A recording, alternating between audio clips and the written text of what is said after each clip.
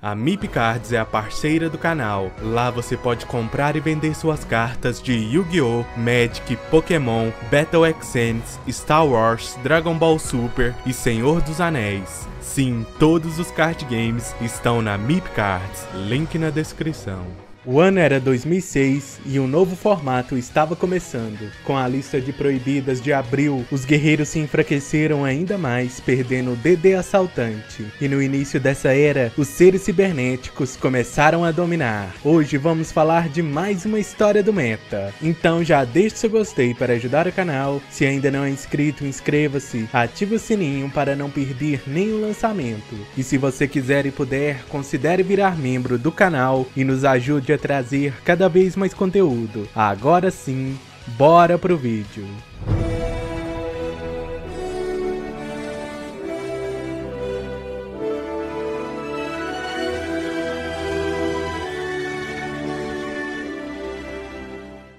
O Cyber Stain já estava há muito tempo no jogo, no entanto era um card promocional e poucos jogadores poderiam tê-lo, até ele ser reimpresso como rara em Dark Beginning 2 no início de 2005. Mesmo assim, com a metamorfose no meta, não fazia muito sentido usar o Cyber Stain. Depois da limitação da metamorfose em outubro de 2005, o Cyber Stain começou a desbravar seu caminho pelo meta.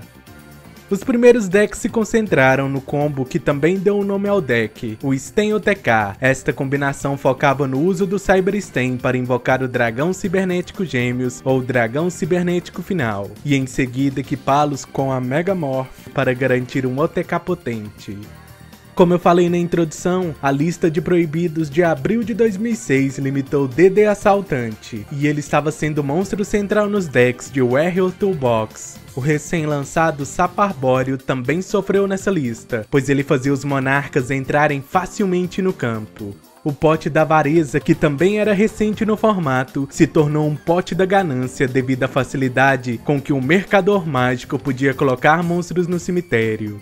Até esse ponto, o Mercador Mágico se tornou um staple comum em uma grande parte dos decks do formato, devido à sua capacidade de gerar vantagem e de encher o cemitério para o pote. Depois dessa lista, os decks no topo do formato deixaram de usar a engine de guerreiro, e em seu lugar a construção de caos fortaleceu, isso graças a uma carta que se tornou extremamente forte nesse momento, o Retorno da Dimensão Diferente. Esta carta podia ser usada em deck com 3 cópias do Feiticeiro do Caos, que poderia preencher a zona banida, permitindo que a Retorno da Dimensão Diferente trouxesse todos de volta enchendo o campo. A nova variante do Caos foi apelidada de Chaos Return e teve um impacto imediato no formato. O deck passou a dominar o jogo. O aumento do uso do Feiticeiro do Caos também tornou a remoção de monstros muito mais importante. Nesse momento, Zaborg, o Monarca do Trovão, virou o principal monstro do seu deck, e a presença de Mobius para destruir o back row fez com que as armadilhas de batalhas diminuíssem bastante. Então Zaborg poderia ser considerada a principal remoção de monstros do jogo. E assim o Monarca Control teve um sucesso maior nesse formato, focando nos mesmos tipos de estratégias de antes. Um deck que também era uma variante do Caos, já que o Zaborg também havia sido adicionado no Chaos Return. A principal diferença deles era que um era focado na invocação tributo dos monarcas e o outro na invocação especial do Feiticeiro do Caos.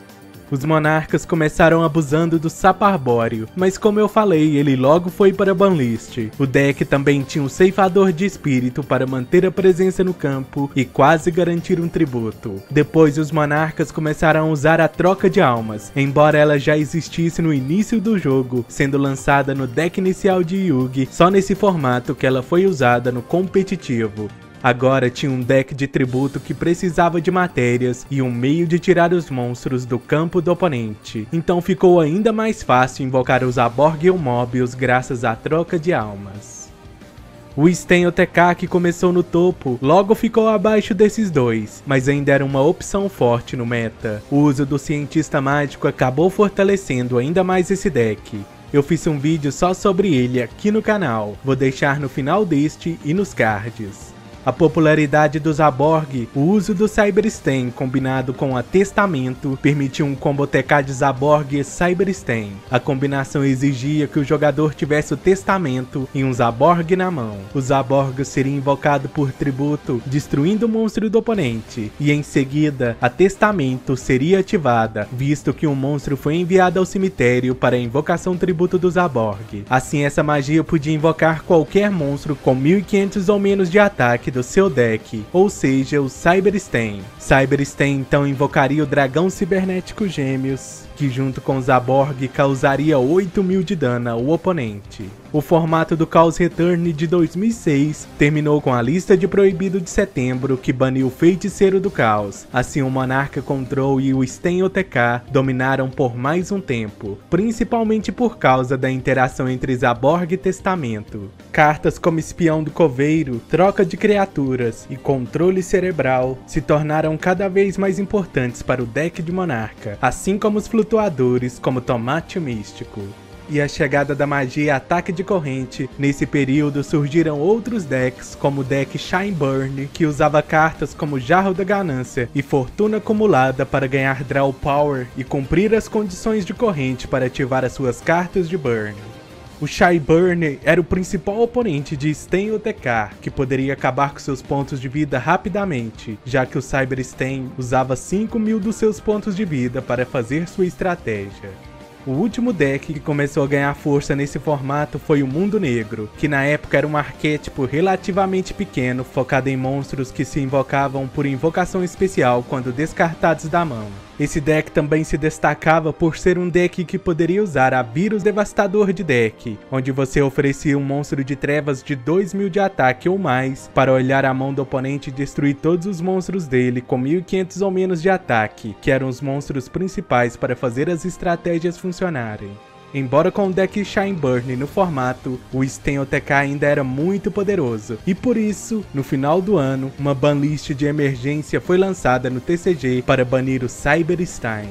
E com o Cyberstain banido, os jogadores começaram a procurar novas maneiras de explorar as estratégias de OTK. E em 2007, um formato totalmente diferente começou. Um formato com heróis, máquinas e, claro, com monarcas. Mas isso é assunto para outro vídeo. Se você está gostando da história do meta, deixe seu gostei, compartilhe com seus amigos e grupos para ajudar o canal. Se ainda não é inscrito, inscreva-se, ative o sininho para não perder nenhum lançamento. Muito obrigado por ter assistido até aqui e divirta-se nos duelos.